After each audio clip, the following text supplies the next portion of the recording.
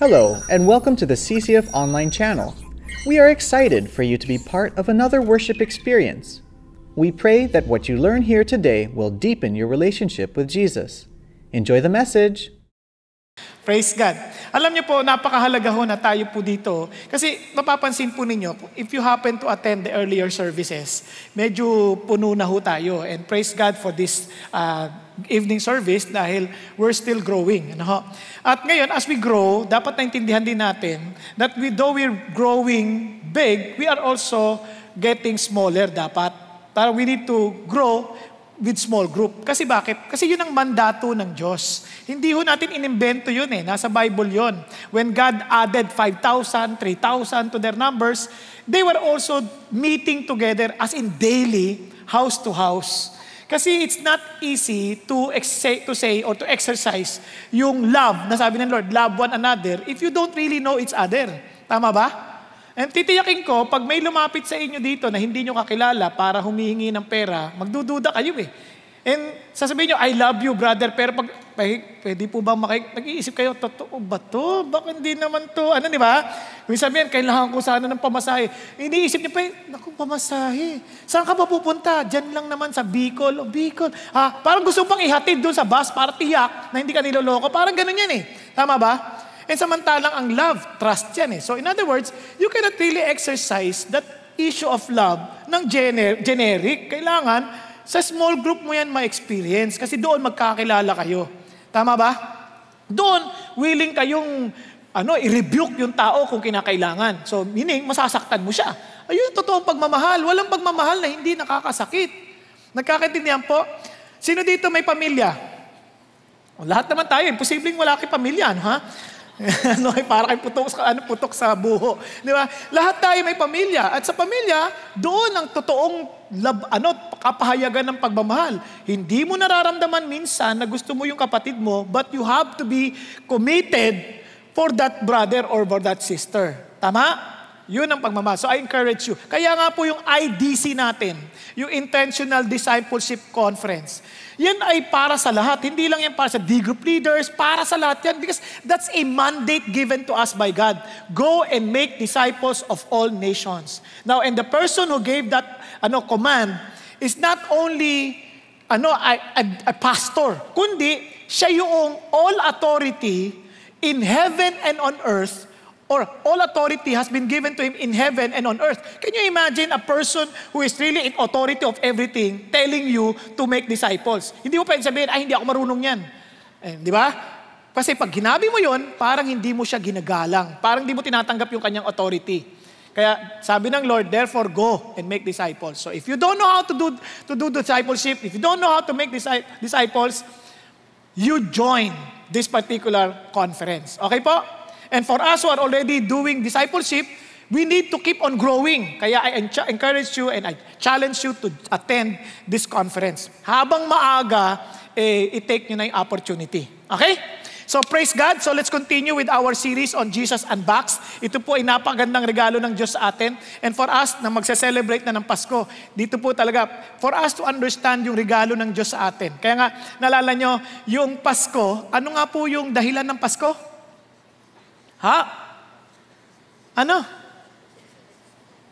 Ang pinakadahilan ng Pasko, ituro mo yung katabi mo, ikaw.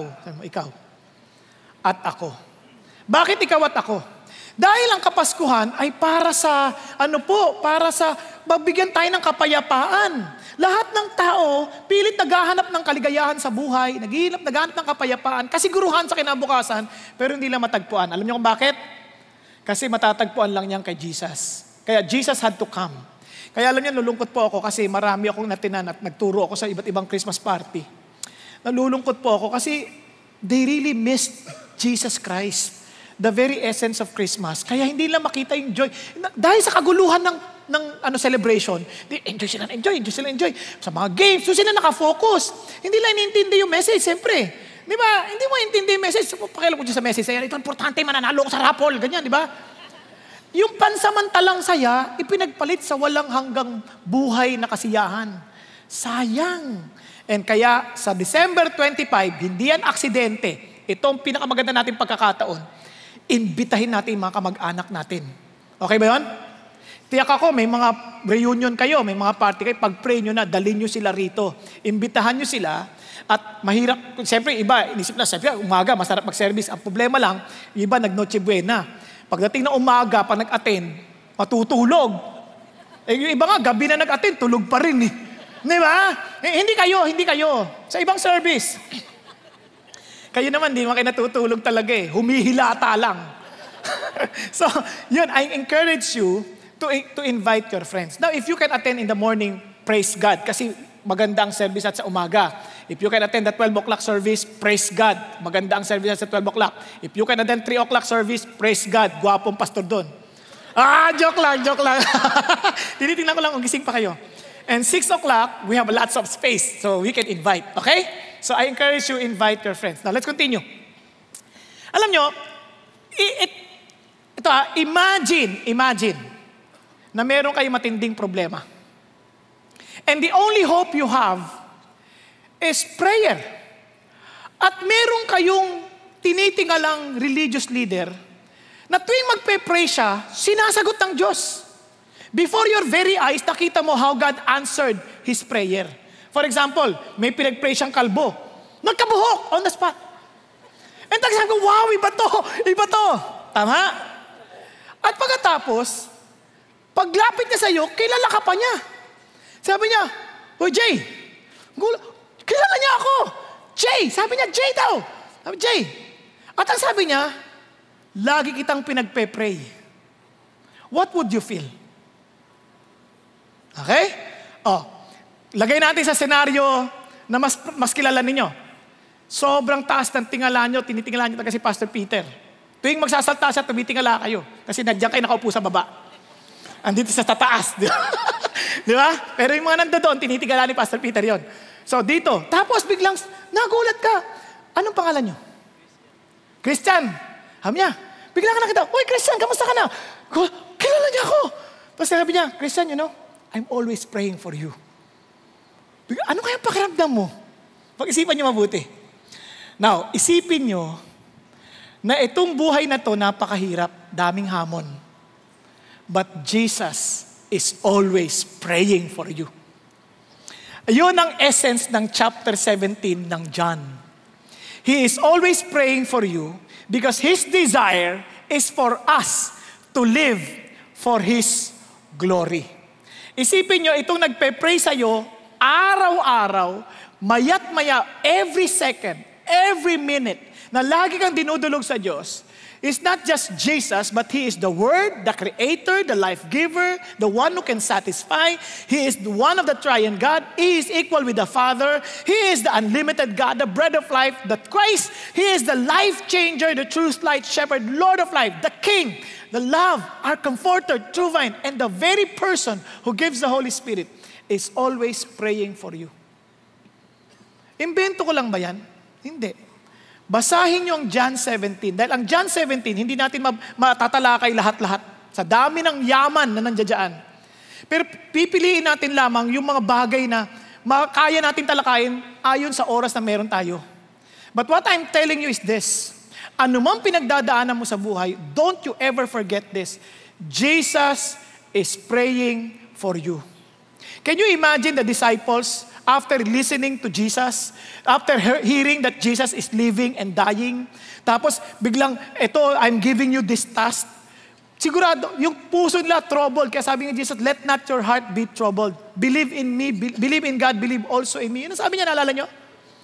Pero after giving them promises, after giving them not only promises, but instruction, ang galing, si Jesus started to pray for them. And not only for them, pati tayo kasali. Hindi pa tayo pinapanganak. Tingnan niya sabi ni Jesus, I do not ask on behalf of this alone. Sabi niya, but for those also who believe in me through their word. Sabi niya, hindi ko lang, pinagpe-pray ko kayo. Sabi niya, lahat na maniniwala doon sa mensaheng ipagpapahayag ng mga apostol. We are here because we believe in the message that the apostles shared to us. Tama ba? Yung mga sinulat sa Bible.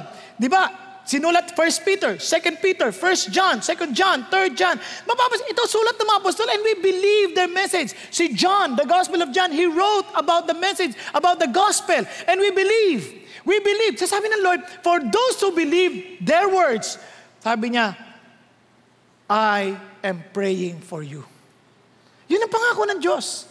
If you believe in Jesus, this is our assurance. Now, alam niyo kung gaano ka-importante yan? Alam niyo kung bakit? Naalala niyo kapag minsan, pagkanyari, meron ako nakausap, alam mo, namatay ng tatay ko, pero praise God, alam mo bakit? Kasi alam ko, sasabihin niya kay Jesus, lahat ng aming pangangailangan. Alam niyo, hindi ka pagpe-pray ng mga namatay na. Isa lang ang pwede mag-pray sa atin. Si Jesus lang. Tingnan niyo ha, kasi yung prayer na ito, hindi lang to dahil si Jesus, kundi He is our high priest. Naalala niyo pa yung talakayin natin sa Exodus? Di ba? Merong tabernacle. Sa tabernacle, yung high priest ang magpe-present for you. Naalala ninyo? Tapos, yun ang mag-i-intercede for you. And that's the role of Jesus Christ. Kaya tingnan niya, sabi ng Bible, the former priest, sabi niya, on the one hand, existed in greater numbers because they were prevented by death from continuing. Ang problema sa mga high priest noon, namamatay sila. And sabi niya, kaya hindi sila pwede magtuloy-tuloy.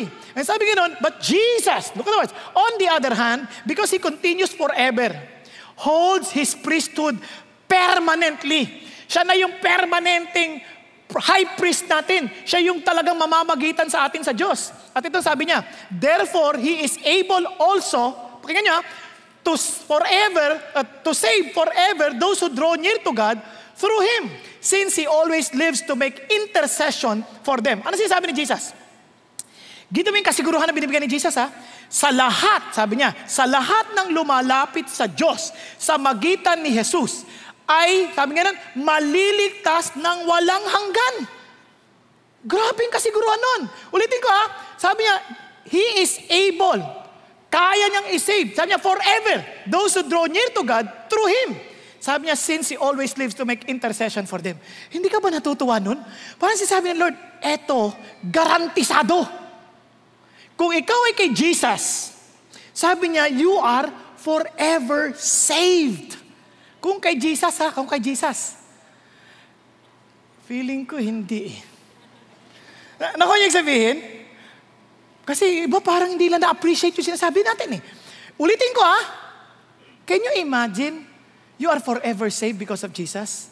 Have you ever come to a point in your life na parang tinatanong mo, Christian ba ako? Sa Lord pa rin kaya ako? Kung pag namatay kaya ako, punta kaya ako sa langit? Dumating na ba sa isip mo yun? Yung ibang isip na, oo naman, kasi mabait naman ako eh. Pag tinimbang ni Lord, palagay ko, mas mabigat yung mabuti ko kaysa sa masama. Tama ba? Eh, ang problema sa standard ng Diyos, magkamali ka lang na isa, bagsak ka na sa lahat. Yun ang standard ng Diyos eh. Pero sabi ni Jesus, because you go to God through Jesus, you can be forever saved. Hindi nyo ba na-appreciate talaga yan? Parang malungkot ako sa grupo na to ah. Parang napilitan ah. Sa totoo lang, alam nyo ba, kaya nung inaaral ko, sabi ko, Panginoon, salamat po. Tulungan nyo naman po kami. Kasi sa totoo lang, tanungin nyo lang ordinaryong tao sa kalye. Subukan nyo lang. Kapag namatay ka, alam mo po kung saan pupunta? Agad na sabi, kapal ng mukha nito, tanong-tanong sa akin. Ikaw kaya patayin ko ngayon. Sa totoo lang, hindi lang agad kasi masagot yun. Kasi kung ikaw alam mo, excited ka pa. Oo, dahil kay Jesus. Because He makes intercession for me. And nobody else can. Nobody else will. Tingnan niyo sabi ng Lord. Tingnan niyo, for it was fitting for us to have such a high priest. Holy, innocent, undefiled, separated from sinners, exalted above the heavens. Meron bang innocent, wasn't holy, na pwedeng mag-intercede sa atin other than Jesus? Wala. Humanap ka na. Wala. Wala kahit sino. Hindi pwede ka mag-anak natin. Hindi pwede mga kababayan natin na namatay para kay Jesus and they were declared saints. Hindi nila kaya because only Jesus is holy, innocent, and undefiled. Walang iba. Kaya siya lang ang karapat-dapat na mag-pray para sa atin. Oh, look at this.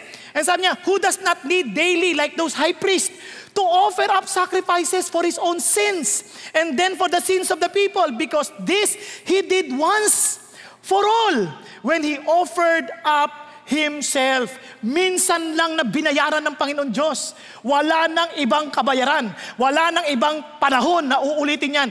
It was done once and for all. Pag binayaran na ni Jesus at tinanggap mo yung kabayaran, hindi na niya kailangan magbayad ulit at hindi mo na rin kailangan magbayad pa. Dahil bayad na. Nagkakaintindihan? Ang problema natin pagdating sa langit, tatanong ka ng Lord, ba't kita papapasukin? How do you plan to pay your debt? Because your debt is eternal death. Lord, hindi pa ba sapat yung pinagbabayaran ko? Namigay ako ng tulong sa mahihirap. Namigay ako nung Pasko, Panginoon. Namigay ako sa uplift. Hindi naman masama yun, tama yun. Kasi magbibigay ka na rin lang naman, yung dadalhin nila sa Diyos. Di ba? Tama ba? Lord, talagang napakabait ko, Lord. Sabi ng Lord, kulang ang bayad mo, pasensya ka na. So, dahil kulang, you still have to pay your debt eternally. Pero pag lumapit ka at sabihin ng Diyos, how? Hindi ko po kaya. I only trusted Jesus who died for me. And sabi niya, you are fully paid because Jesus said, it is finished. Nagkakaintindihan? Yun ang ibig sabihin ng lahat ng ito. Kaya sabi ng, for the law appoints men as high priests who are weak, but the word of oath, which came after the law, appoints a son, made perfect forever. Yan ang ating Diyos. Kaya sabi ng Lord, ito ang pinaka-importante. Sabi niya, now that you are saved, now that Jesus intercedes for you, at kailangan alam natin kung ano yung, how can we live for His glory? Tama ba? Kasi yun ang kondisyon eh. Kasi ganito yan, yung prayer natin reflects our priorities in life. It reflects our sense of values. It reflects, yung prayer natin, ipinapakita sino ang una sa atin.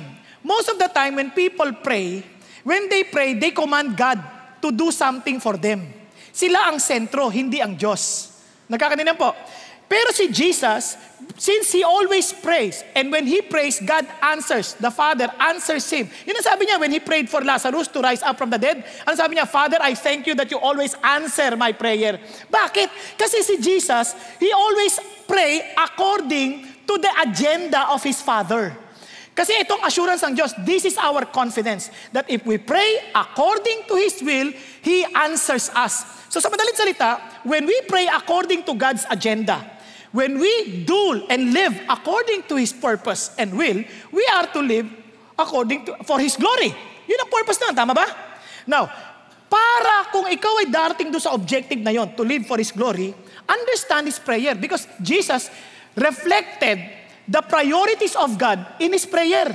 Now, dito sa panahon natin, sa modern times, sa pansin nyo, pagka pupunta kayo sa isang lugar na hindi nyo alam, para makarating kayo, binigyan kayo ng address, binigyan kayo ng destinasyon.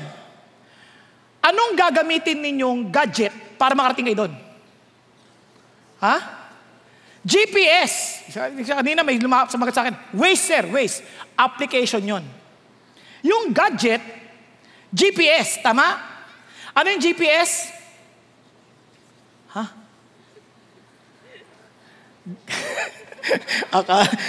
Basta GPS. Okay. Global Positioning System. No? Parang via satellite, pinapakita niya yung mga dadaanan mo. Okay, siya magtuturo sa iyo. Ngayon, ito maganda. Hindi pa pwedeng local GPS lang. Baka naman pang Pilipinas lang. Nasa Amerika ka, walang gamit yun. Tama ba? If you are to go to the destination of glorifying God, dapat universal GPS. Kaya yun ang tandaan ninyo, yun ang ating outline. GPS-U. Okay yun? Maliwanag? Ito yun. Para mag-guide tayo. Sabayan niyo ako. Ito ang ating outline. GPS-U. Glory. Say after me. Glory. Protection. Sanctification. And unity.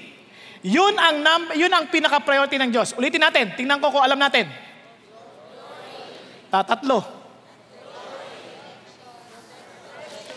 Tatalawa. Glory. Protection. Sanctification. Unity. Sabi ko, isipin natin, huwag kayong matulog. Ulitin ko para hindi nyo makalimutan. In order for us to live for God's glory, remember the word glory. Remember the word protection. That is the primary prayer of Jesus for His disciple. Sanctification and unity. So ano ibig sabihin ng lahat ng to? Number 1, sabi ng Lord, ulitin natin Jesus is praying for us, live for His glory. Let's start with glory. Sabi ni Jesus spoke these things and lifting up His eyes to heaven. He said, Father, the hour has come. Glorify your Son, that the Son may glorify you. Tingnan nyo di ba pag nagpe-pray, sabi ni Jesus, unahin mo muna si God. Our Father, who art in heaven, hallowed be thy name, thy kingdom come, thy will be done on earth as it is in heaven. Pasin nyo, ang tagal-tagal na, no? Naglang, give us this day. Saka lang yung give us this day. Saka lang yung, pero dito, bakit ganito? Si Jesus, nagsimula agad sa kanya. Jesus spoke to this thing, lifting up eyes on to heaven. He said, Father, the hour has come. Glorify your Son. Sinimulan nyo agad sa glorify your Son. And then glorify that the Son may be glorified, may glorify you. Wow. Tapos sinabi niya, I am the Lord that is, glorify. Sabi niya, ako muna, Lord. Bakit ganun? Kasi si Jesus, Diyos. Okay? So sabi niya, dahil ako'y Diyos, kaya ang focus muna, sa kanilang tatlo, kasama siya doon sa triune God eh. Ang focus muna sa Diyos. If you want to glorify God, even in your prayer, in everything, ang sentro ng pagbuhay natin at kaisipan, sa kaluwalhatian ng Diyos. Ano ba ibig sabihin ng luwalhati? Yung iba, ang focus nila sa forms, sa methods. Dapat, iba, sa posture. Concern tayo minsan sa posture. Paano ba talaga nakakaluwalhati kay Lord pag nag-pray? Dapat ba nakaluhod? Yung dapat nakalot, tapos talaga nakapikit na ganyan. Yan, please. Ganun ba? Yung iba, bakit ikaw pa nagpe-pray, nakadilat ka? Kasi may mga nagpe-pray, ganyan eh. Diba? Hindi. Nakapikit na yan. Parang natutulog lang yan, nadilat. Hindi, ang totoo niya, may mga tao talaga na pag nagpe-pray, nakadilat. Akin, yung ba ang nakaka-glorify si God? Kasi sabi ng Lord watch and pray. Paano ka magwa-watch kung hindi ka nakadilat? Joke. Ang slow nyo ngayon Anong nangyari sa inyo? Di ba? So saan madalit salita, ano ba talaga? Saan may nagtatalong dalawa? Sabi niya, alam mo, pag nagpe-pray, mas gusto ko yung paraan ng nanay ko. Yun talaga nakaka-please kay God. Bakit? Nakaload yun, nakapikit, talagang concentrated lang kay God. Yan ang nakaka-please kay God, sabi niya. Hindi, mas magaling yung nanay ko. Yung nanay ko, nakatira pa. Sobra talagang nakasadsad. Kasi, ganun siya mag-pray kay God. Yun, habang naglalakad sila. Biglang merong taga-Meralco. Nasabit sa poste ba naman? Nalaglag. Nalaglag. Buti na nasabit yung paa. Nakalambitin ngayon. Nakaganyan, Hindi ko mamaarte dito yan. Nakalambitin. Sumigaw. Panginoon, niligtas mo ako! Ganyan. Sabi nila, yan ang totoong posture. Kasi yan ang totoo. Again, sa totoo lang, wala naman sa panlabas. Wala sa, kunyari, pag kumakanta ka, parang prayer din yan. Hindi naman komo nagtaas ka ng kamay, talagang sumasamba ka sa Diyos. Yung iba naman, hindi naman komo ganyan, hindi sumasamba ka sa Diyos. Nasa puso yun eh. Kahit naman nakataas yung kamay, pero tinataas mo rin yung ulo mo, ganun din. Parang sasabi na, tinan mo, iba ako. Tinan mo itong mga to. Kung makakanta, walang pagtaas ang kamay, ang kakapal mukha nila. Para kay God to. Napaka-judgmental mo. Wala din yun. Nakuha ninyo yung sabihin, maraming ganyan tao kasi. Masyado mapaghusga sa kapwa. Malay mo kaya hindi nagtataas ang kamay, basang-basa na. Para kay Lord, ayaw niya na rin namang magkalat pa ng amoy para kawawa naman yung mga katabi niya, di ba? For God's glory pa din yun. Mas ang mahalaga, ano yung nasa puso mo? Nagkakaintindihan tayo? So tuloy tayo ngayon. Sabi niya, glorify your Son. Ano ba yung sabihin ng glorify your Son? No, listen to this. The hour has come. Meaning to say, di ba, pag narinig mo yung the hour has come, na-discuss na natin ito noon, it refers to His death. The time of His death has come. Kasi sabi niya, glorify your Son. As if He was commanding God, glorify your Son. That I may glorify you. In other words, ito sinasabi niya, if I'm glorified, you are too glorified. You too are glorified. Tama?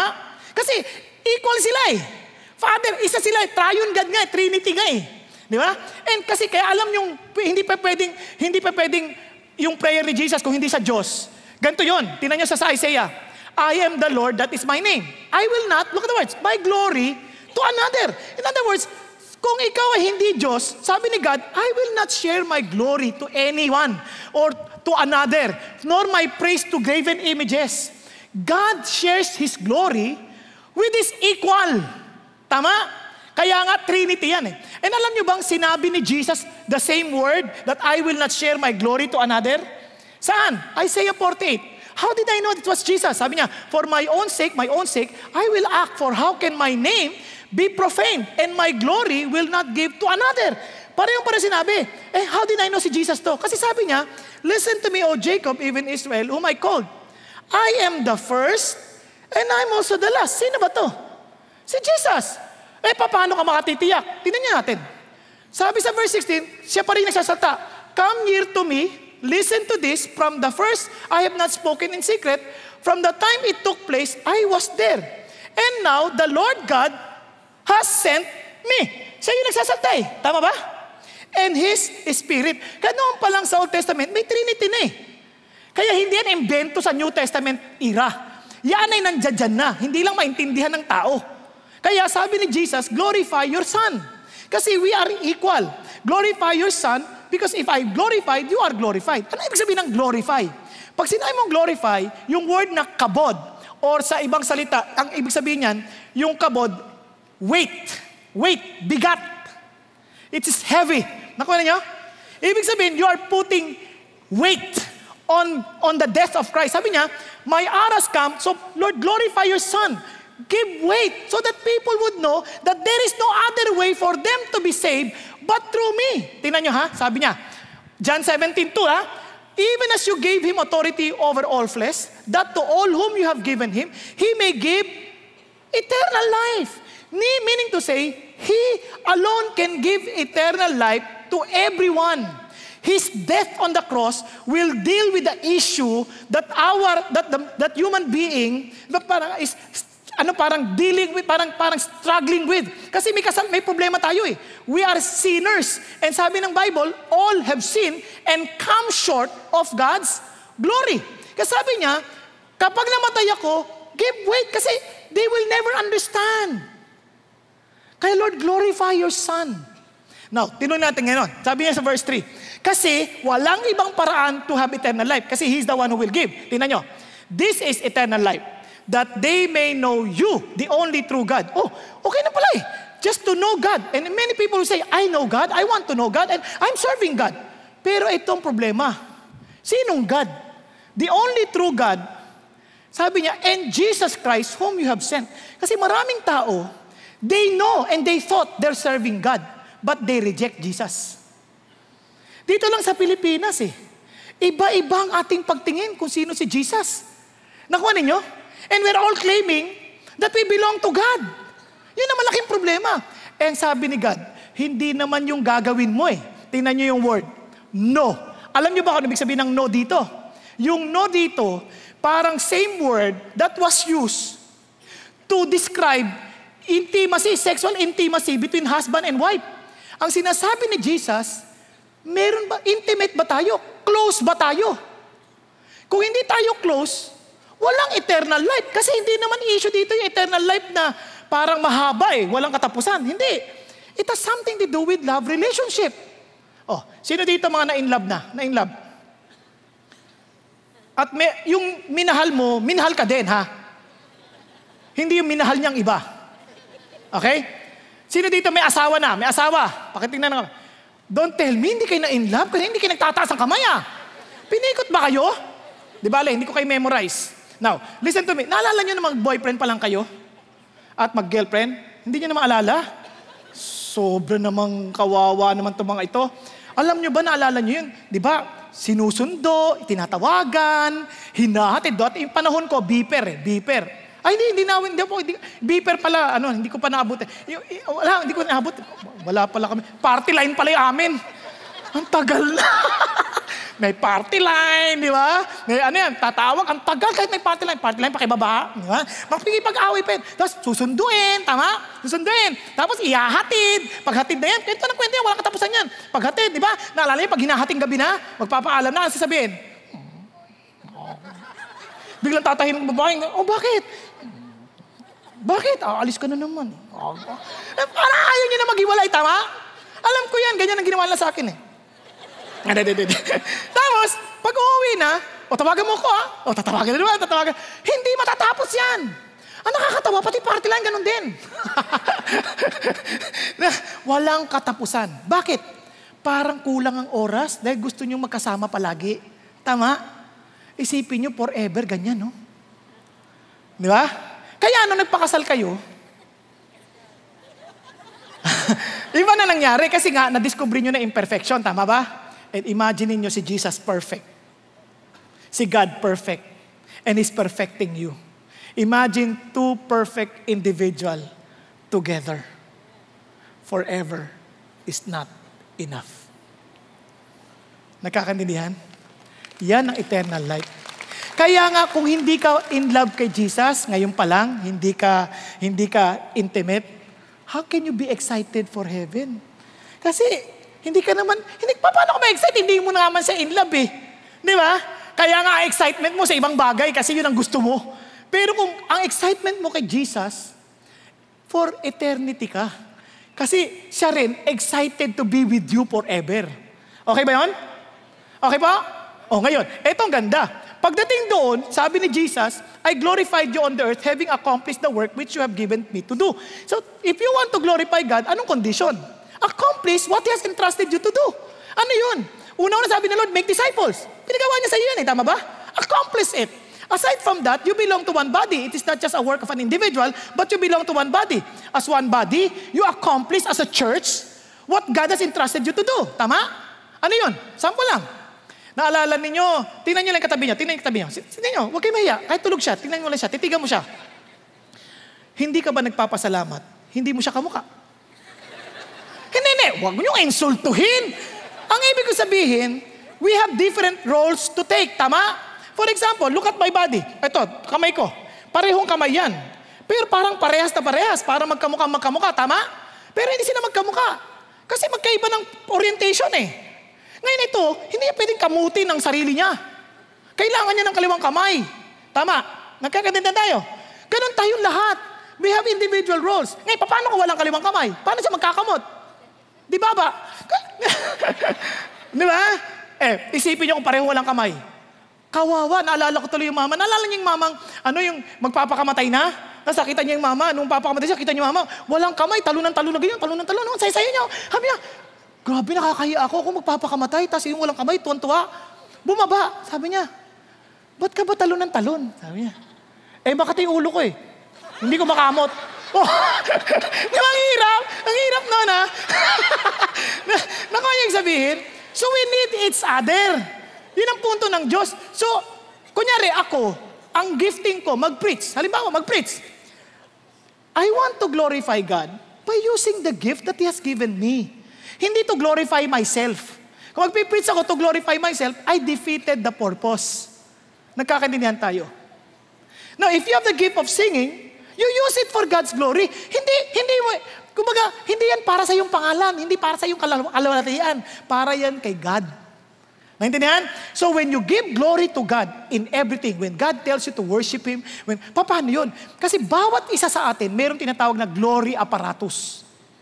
Kaya whether you're an atheist, whether you believe some other gods, everyone is trying to glorify someone or something. Hindi mo pwedeng iwasan yan. Kasi lahat tayo created to glorify. Ang problema lang, if you don't glorify God, it will make you inhuman. It dehumanizes you. But if you glorify God, because He alone deserves to be glorified, it humanizes you. Nakukuha ninyo? Naintindihan yung sinasabi ko? Kaya nga, pansinin yung mga taong gino-glorify ibang bagay. Para silang mga hayop. They could not behave as they should. Kasi nga, mali ang kanilang understanding. Now, ano ibig sabihin ng glory? Putting weight. Now, listen to this. Ganito yan. Supposing we are in a military and I happen to be a private. Nakaupo akong ganito. Ganyan. Relax na relax. Tapos, dumating si, ano pangalan niyo po yung naka-orange? Samuel. Si General Samuel. Pumasok bigla sa room. Bigla akong tatayo. Sir, tama? Bakit? Because I am showing weight to his rank as my general. Tama po? Then imagine, we are putting weight on God as our God. How do you glorify Him? In your work, in your school, in your driving, in everything that you do, in your cooking, in your relating with your husband, in relating with your wife, you relate as in you relating it to God. Kaya nga, pansinin nyo, kung dito pa lang, hindi na tayo nagbibigay glory, na ang ating intention is to worship Him, to glorify Him, lalo na pag nasa labas na tayo. Nakuha ninyo? Sabi ng Lord, if 2 or 3 are gathered in your name, He is in the midst of them. Tama? He is with us. Now, how do you glorify Him? Is that the way to glorify God? Hindi pa nagsisimulang kumanta, tulog na eh. Again, I'm not referring to you. Tulog ka lang. Sa ibang service, nakakagulat yun. Nakuha niyo yung sabihin? Kaya nga, the reason why they are acting like that, because they never gave weight to God.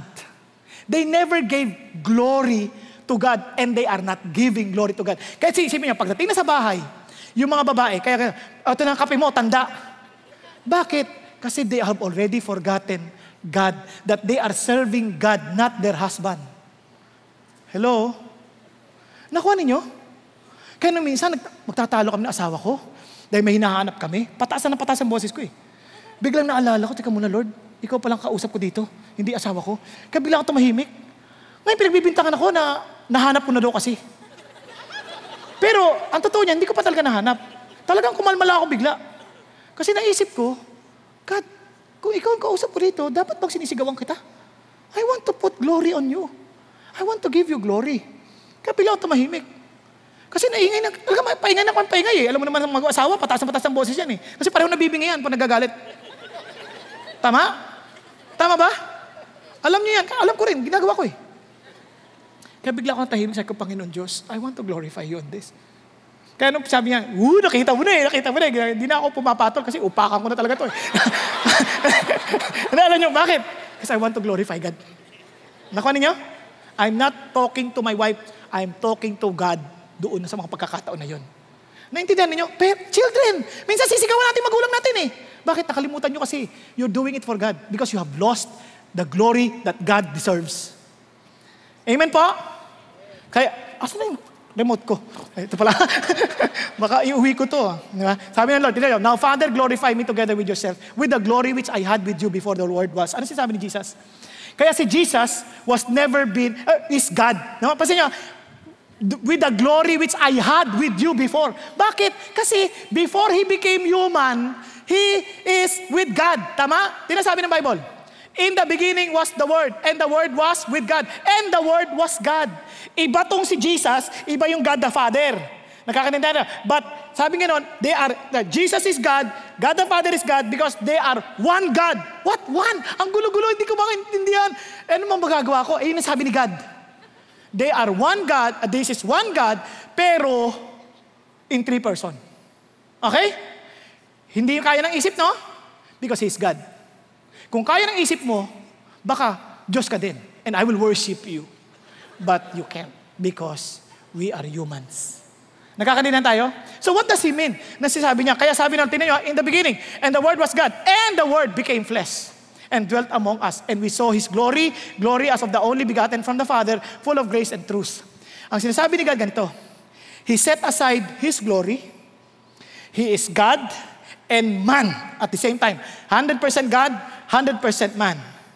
But set aside the glory of His deity. Kaya nga sa Mount of Transfiguration, sa Matthew 17, you can read it sa bahay na ninyo.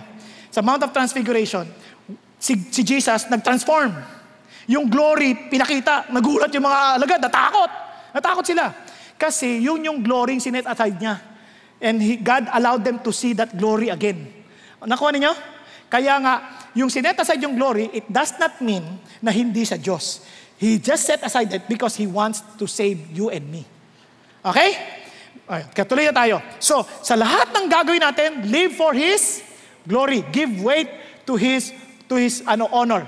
Ang sabi ng Bible, kaya He is the radiance of His glory, the exact representation of His nature, and upholds all things by the word of His power. So ano sinasabi ng Diyos? This is how we should live. Whether then you eat or drink, or whatever you do, do all for the glory of God. Now listen to this. Anong pinakasimpleng ginagawa ng tao? eat and drinking. Yung pinaka-mundane activities ng tao, ano sabi niya? Eating and drinking. Ano sabi ni Lord? Please Him. Please Him. Even in our eating. Ito, magpapasko na. At marami ng Christmas party nagdaan. At darating pa. Tama? Tuwing kakain kayo, remember this. You are to eat to glorify God. Hindi, sarap nito, grabe. Tikman mo to. It's not glorifying yourself. It is glorifying God. Okay po? Naalala ko when I first saw myself on TV. Pinapatay ko kagad yung TV. Sa pangit. Naalala niyo yung itsura ko noon, may korbata ako, tapos naka-long sleeve, dun sa St. Francis pa. Yung hindi nakakakita, tingnan niyo sa YouTube, nandun pa. Ang pangit talaga. Pangit naman talaga ako, kaya lang, nung nakita ko yung sabi ko, Panginoon Diyos, mukhang baboy ramo, ano to? Yung talaga, hindi ako nagpapagupit. Para maintindihan niyo, hindi ako mahilig mag-ayos talaga. Sa totoo lang ako, sobrang satisfied ako sa itsura ko. Hindi ako nag-aayos. Kung maligo ako, iniilagan ko yung tubig. Kasi nagmamadali ako. Kaya, marungis talaga ako. Parang maitim. Sagyan. Alam niyo, ang bait ng Diyos. Nung nakita ko yun, sabi ko, Panginoon, patawarin po ninyo ako. Pinatay ko talaga yung TV. At umiyak ako sa Diyos. Sabi ko, Panginoon, patawarin ninyo ako. I want to glorify you in all things. Baka mamaya hindi na sila maniwala sa sinasabi ko dahil parang kinakain ko lahat ng tithes. So God, tulungan mo ako. Iyak ako na iyak sa Diyos. Lord, tulungan mo ako. Anong gagawin ko? Alam sabi ng God? Sabi niya, okay, i-announce mo sa congregation that you will lose weight. I-announce mo. So pag-announce ko, may lumapit na doktor. Sabi niya, alam mo, Pastor, hindi ka papayat. Oh, very encouraging, ha? Hindi ka papayat, kahit anong gawin mo. Sabi ko, bakit po? Kailangan malaman mo muna kung may diferensya ka sa katawan. O wala. Nung inaral niya, may diferensya pala talaga ako. May tawag sila doon hypothyroid. Hypothyroid. Ang ibig sabihin nun, kahit nagchuchu ka lang na idea, tumataba ka na. Hindi, no? Hindi niya naintindihan sinabi ko, no? Kasi mo, idea lang yun, tinuchu mo. Ibig sabihin, yung iba, pag kumain, kahit ng kain, hindi tumataba. No? Payat lang ng payat. Ang tawag na kanila, mga hyper. Ito sa akin, kahit na konti lang, tataba pa rin. Marami pa naman akong kumain, hindi konti. Di lalo tumataba. Tinulungan niya ako, bigyan niya akong gamot. So every time I see myself getting bigger, I always go back and talagang by God's grace. Ang hindi naman madali kasi iniiwasan ko talaga yung pagkain. Katulad ng Christmas party namin, may lechon. Hindi ako nakipag-agawan. Tenga na lang kinuha ko. Kasi, dating uso Ang ibig ko sabihin, even in your eating or drinking, glorify God. O, isipin nyo na ngayon sa iba pang activities. Amen po? Pakisabi sa katabi mo, live for God's glory. Okay? Live for His glory. Now I come to you and these things I speak in the word so that they may have my joy made full. Kasi yun ang puso ng Diyos. I want you to glorify me because I want you to share my joy. Di ba? So, ang galing ng Diyos. He knew that He will be attacked. Kaya He prayed for our protection. He knew. Kasi sabi ng Bible, I have given them your word and the word has hated them because they are not of the world. Even as I am not of the world. So sa madalit salita, talagang aatakihin tayo because we do not belong to this world anymore. And sabi niya, I do not ask you to take them out of the world but to keep them from the evil one. Itong amazing kay God, hindi kanya inalis. But He asked for protection so that you would not be, so that you would be kept from the evil one. Ang sabi ng Bible, tignan niya, itong prayer na to is very important. Kasi hindi ko sinasabi na since God is praying us for protection, hindi tayo magkakamali, hindi tayo madadapa. Sa totoo lang, Satan would also ask for permission. Just like what happened to Simon. Simon, behold, Satan has demanded permission to sift you like wheat. But I have prayed for you, that your faith may not fail. And you, once you have turned again, strengthen your brothers. Itong si Peter, sabi ng Lord, pinag-pray na kita. Kasi nagpaalam si Satanas that you will be sifted like wheat. Sabi niya, kaya I prayed for you that you will not fail. Tingnan niyo po, itong si Peter, nag-fail. But he recognized Jesus again. When he saw Jesus, he ran to Jesus. Unlike si Judas, hindi siya lumapit kay Jesus. Have you ever experienced, whenever we fail, parang ayaw na natin mag-pray, ayaw na natin magbasa ng Bible, ayaw na natin mag-attend. Pero merong nag-uudyok sa atin, telling us, bumalik ka, mag-pray ka, makipag-usap ka sa Diyos. And then, nung attend ka ng service, pagkatay mo sa service, parang Lord, ako ba'y kinakausap niya? Nagla ka na iyak, Lord, thank you for the second chance. Iyak ka na iyak. Sabi ko, Lord, ano to? Why? Because Jesus was yan? The reason why you're being forced to pray, the reason why you're being forced to go back to God, the reason why God is always parang telling you, attend ka ng D group mo, and maybe He's bringing you to some place to bring you back to His flock. Because He's praying for you. He will never give up on you. Nagkakatindihan po? Paano yung mga hindi bumalik? Maybe they're never really been part of Jesus. Nagkakatindihan tayo? It was like Judas. But for those who truly belong to Jesus, I'm telling you this, Jesus is praying for you that your faith will never fail. Pakisabi mo sa katabi mo, your faith should not fail because He's praying for you. Sige, nagisingin mo na siya. Sabi mo, kahit tulog ka daw, He will never give up on you. Okay? Tingnan nyo. So, sabi ni Jesus sa mga, put on the full armor of God that you will be able to stand firm against the schemes of the devil. Now listen, for our struggle is not against flesh and blood, but against the rulers, against the powers, against the world forces of this darkness, against the spiritual forces of wickedness in the heavenly places. Yun ang ating, kaya sabi ng Lord, hindi lang kita pinagpe-pray, binibigyan pa kita ng weapons. And sabi ng Lord, stand on this, I will protect you in prayer. Because there is a straight battle. Ano yung spiritual battle? Hindi ka tatantanan ng dyablo. Hindi ka tatantanan ng dyablo. Nakuha natin? Kaya nga, sabi ng Lord, basta kung kay Jesus ka, magtutuloy ka kay Jesus. Kasi He will save you forever. Amen? Now, thirdly, sanctification. Letter S, sanctification. Ano ibig sabihin sanctification? Ito sabi niya, sanctify them in the truth. Your word is truth. Sabi niya, as you sent me into the world, I have also sent them into the world. Sabi niya, for their sake, I sanctify myself, that they themselves also may be sanctified in truth. Ano sinasabi ni Jesus? Sabi ni Jesus ganito. Sabi niya, Lord, ito Lord, pinagpipray ko sila. Sanctify them. Set them apart. Ano ibig sabihin niyan? For example, anong pangalan niyo po? Jeff. Si Jeff. Sabi niya, Jeff, now that you belong to me, you do not belong to this world anymore. So I'm setting you apart for my purpose. As I am sent, I am sending you. Nakuha niyo? As I came here to serve for the ransom of many, as I came here to establish my disciples, I'm doing the same to you. I'm setting you apart. Don't follow the ways of this world because this world is not for you. Because you don't belong to this world anymore. Nagkakaintindihan tayo? If you truly belong to Jesus, you are already been sanctified, set apart for the purpose of God. Kaya, sabi ni Jesus, tingnan nyo sabi niya, kaya you sanctified with the Word. Kaya gusto niyo malaman kung anong difference ng world natin sa world ng mundo? Understand His truth. Understand His Bible, the Word, the Bible. Para pag nakita mo doon, ay hindi pala ito para sa amin. Ay hindi pala ito para sa amin. Kaya pala nagkakawindang-windang ang buhay ko. Isa sa mga sample. Sabi ng Thessalonians, for this is the will of God, your sanctification.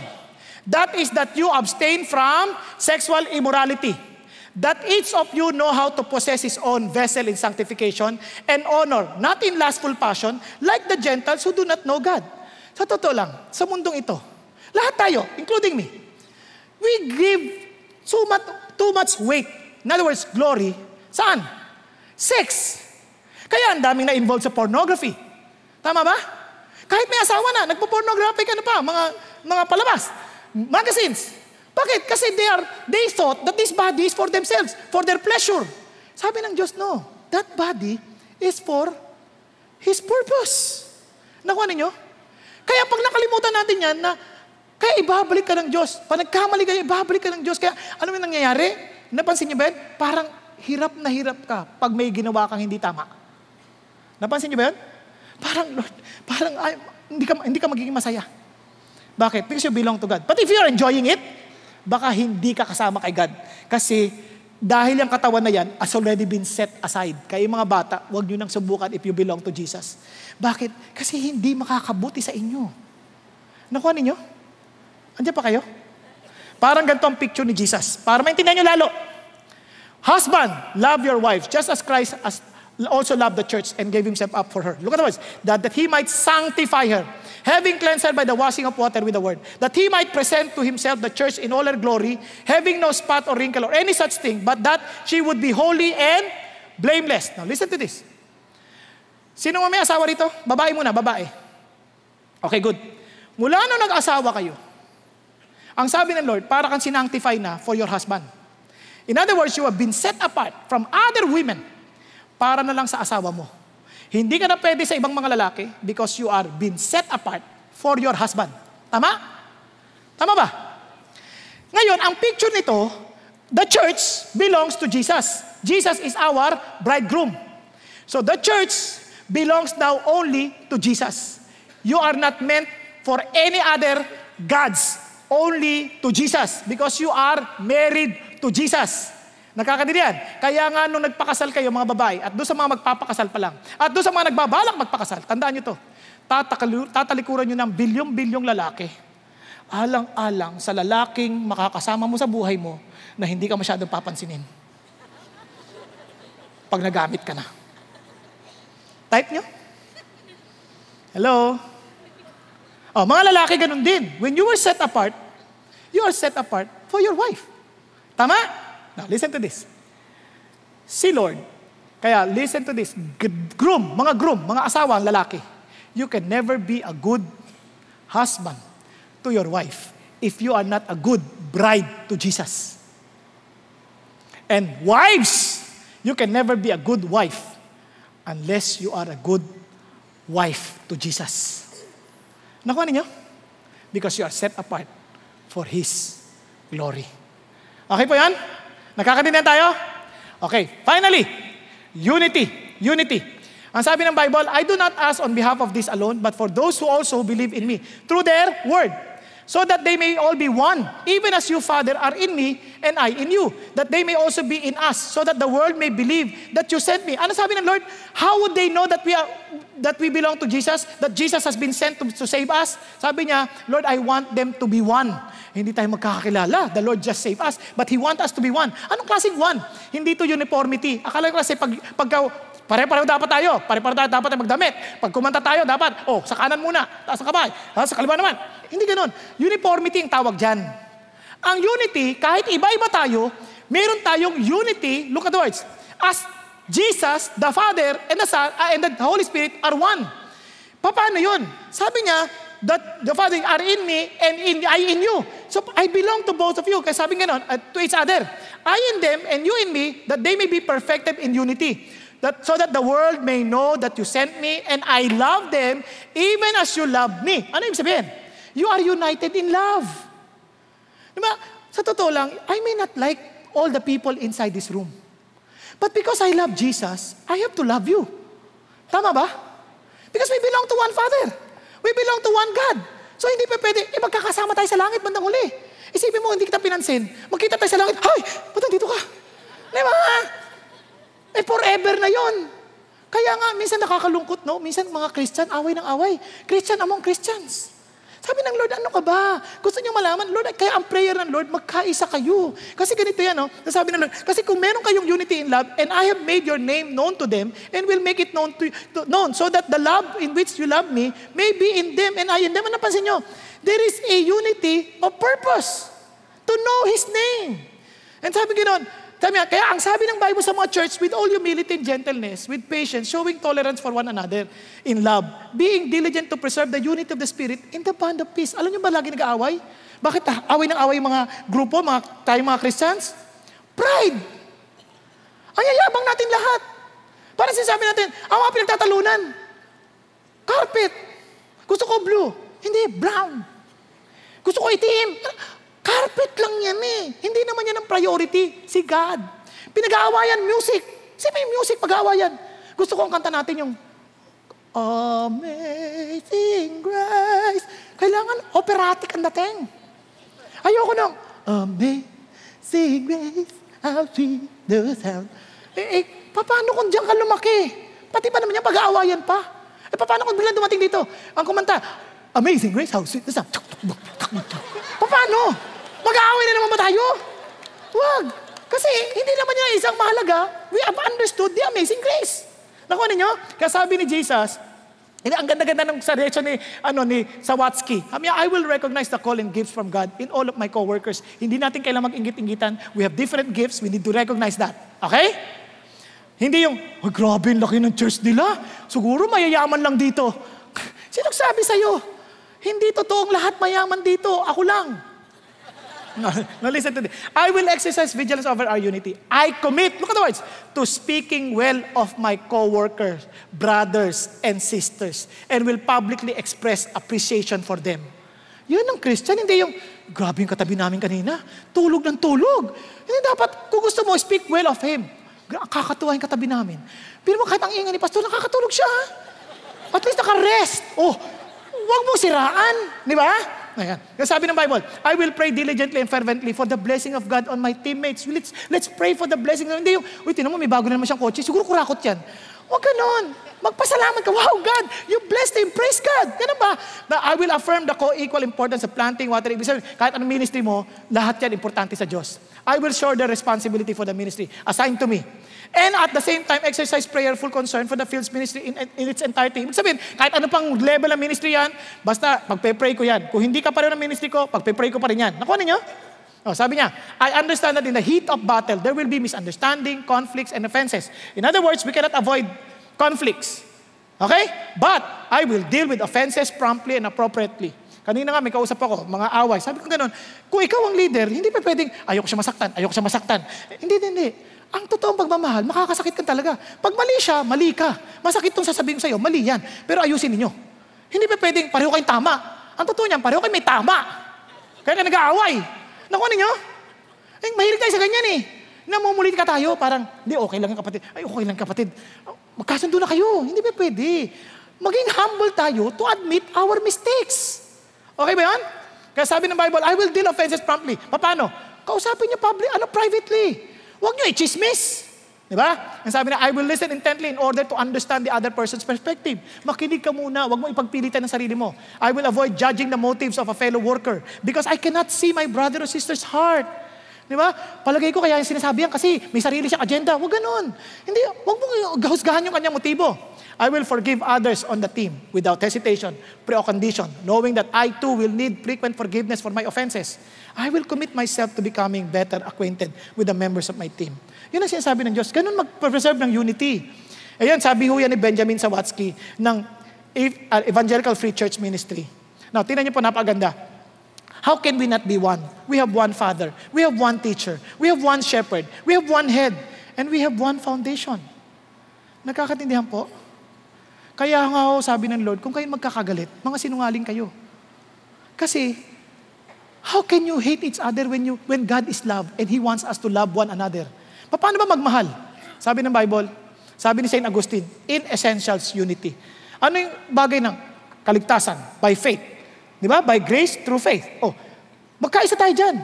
Magkaisa tayo sa bagay ng pagkanta sa Diyos. Pero paraan ng pagkanta, hindi natin kailangan pagtalunan yan. Kaya sabi, in non-essentials, liberty. Gusto mo kumanta ng sumasayaw? Sumayaw ka. Kung ayaw mo sumayaw, huwag ka sumayaw. Huwag mong husgahan ng isa't isa. Tama ba yun? And sabi niya, but in all things, love or charity. Sa lahat ng bagay, magmahalan kayo kahit magkakaiba kayo ng preferences. Amen po? Nagkakadinan tayo? Yun ang sinasabi ng Diyos. Kaya sabi ng Lord, I want you to be one.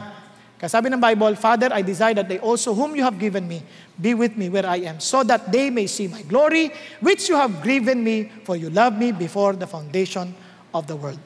Now, sabi ng Bible, Jesus is always praying for us. He wants us to live for His glory. Now, before I end, gusto ko marinig niyo yung sinabi ni Pastor Peter kanina umaga. Napakaganda. It is something to do with, paano ba itong glory na to kung hindi ako connected kay God?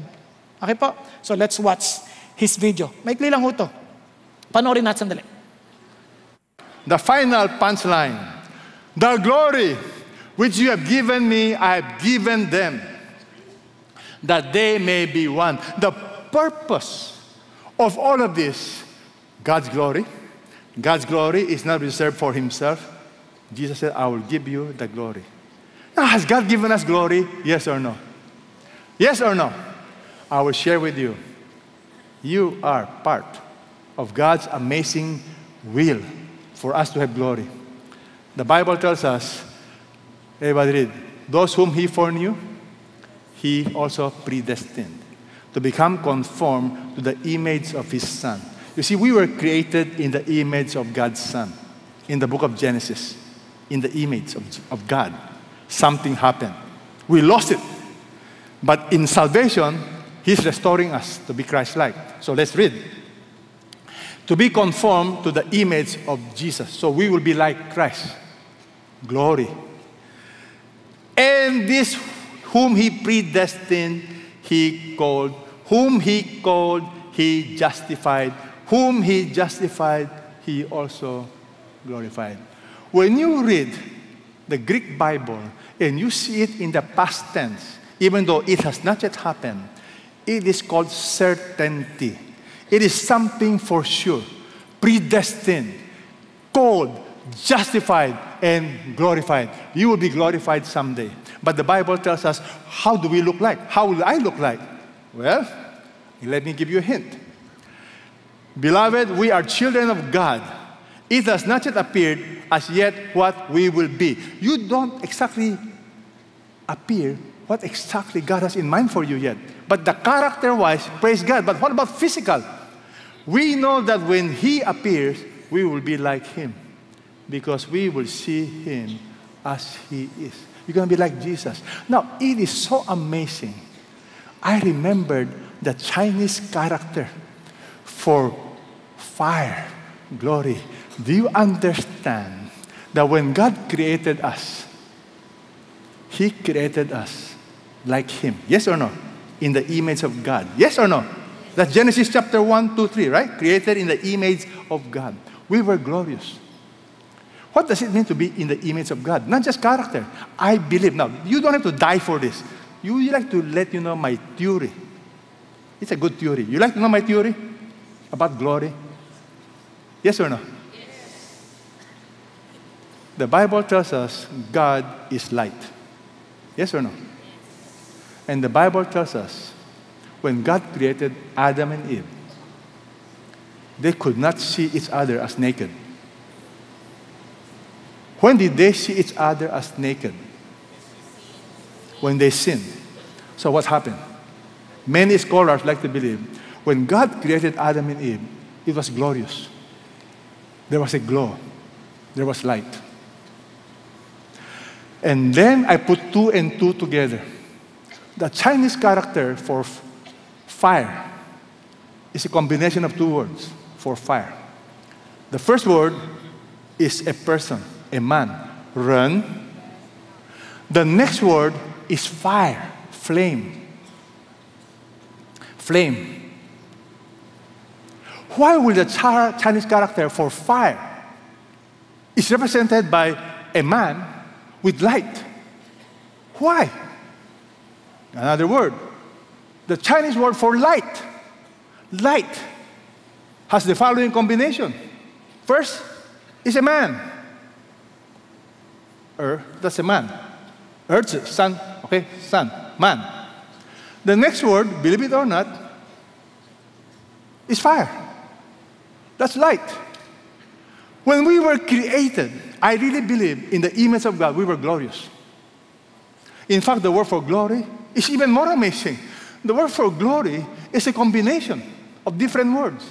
First is a combination of 2 fires and 2 people. The glory of God, Adam and Eve, glorious. And underneath, don't ask me, how come you have the cross? You have the tree. You see, the glory of God, if you ask me, is manifested in us. And He wants you to be glorious someday. You know, the Bible tells us, once upon a time, all have sinned and fall short of the glory of God. Because of sin, we fall short of God's glory. And the Bible tells us, now this is something I want to encourage you. Why the prayer of Jesus is wonderful. Everybody read this. And if children, heirs, heirs of God, fellow heirs with Christ, and if indeed we suffer with Him, we may also be glorified with Him. My friend, you are going to be glorified with Jesus.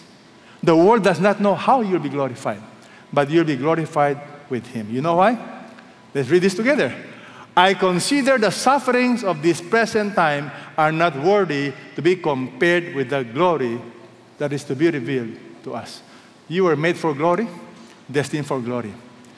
I remember this movie. How many of you have seen this movie, Coming to America? You know, this guy It was a black man. He was in America. He worked as a janitor. He worked in fast food. But one day, he invited his classmates to go with him to Africa. And their classmates got the shock of their lives. When he came out of the airplane, there was a red carpet, and there was a military parade, and then they only discovered that this guy was the prince, and the king was waiting for him. My friend, someday, when Jesus comes again, the world will realize who we really are. You are a prince. You are a princess. You will be glorified. In the meantime, the Bible says, you may have problems, you may suffer, but don't mess it up. You trust Jesus. And what is our certainty? This is our certainty. I love this verse. Christ in you, the hope of our glory. What's my certainty? The Bible tells us, when Christ, who is our life, is revealed, you also will be revealed with him in glory. My friend, let me ask you, are you looking forward to that day? It should affect the way you live, because you were created for glory. Praise God. Amen po. Alam niyo, balikan ko lang to, yung sinabi ni Pastor Peter, yung last verse niya sabi niya sa Colossians, when Christ, who is our life, is revealed, then you also will be revealed with him in glory. Ang tanong lang ganito, is Christ really your life? Is Christ really our life? Because if not, we will not also be revealed in glory with him. Tama ba? Kaya I pray that we will not leave this place without assuring ourselves that Jesus really is in us.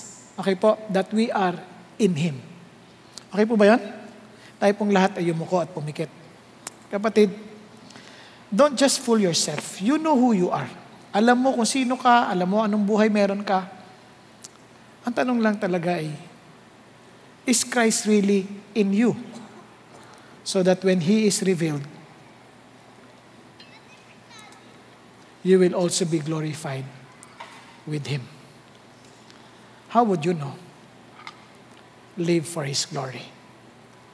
Remember that he's praying for you. Invite him into your heart. He died for you on the cross. Give weight, give glory to his death on the cross. Give honor to Jesus, who gives eternal life to those who believe in him. Be intimate with Jesus. Accept him as your Lord and as your Savior. If you are the person God is talking to, you may pray with this prayer. You may pray this prayer from the bottom of your heart and really telling this to Jesus personally. Lord Jesus, thank you for dying on the cross for me. Thank you that you did not remain dead. You rose again from the dead to give me life.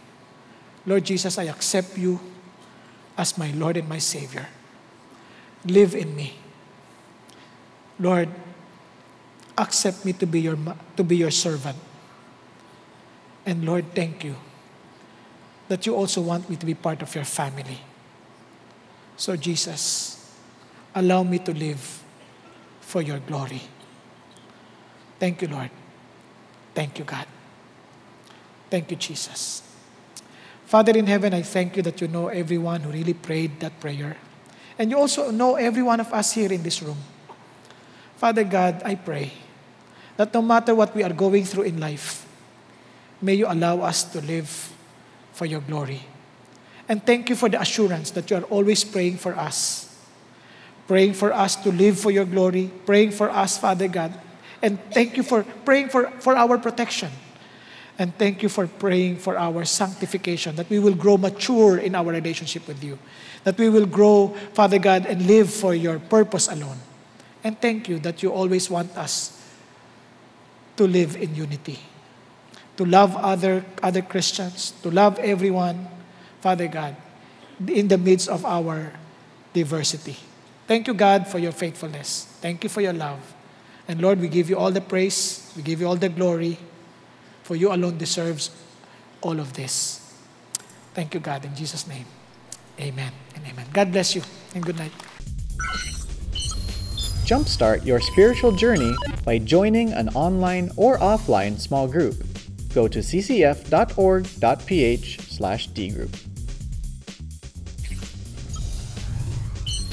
Worship together with us via live stream here at 9 a.m., 12 noon, or 3 p.m. Philippine Standard Time.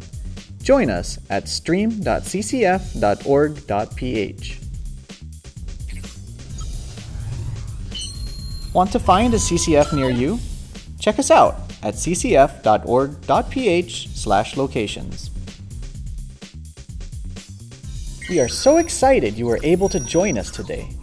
God bless, and see you next time.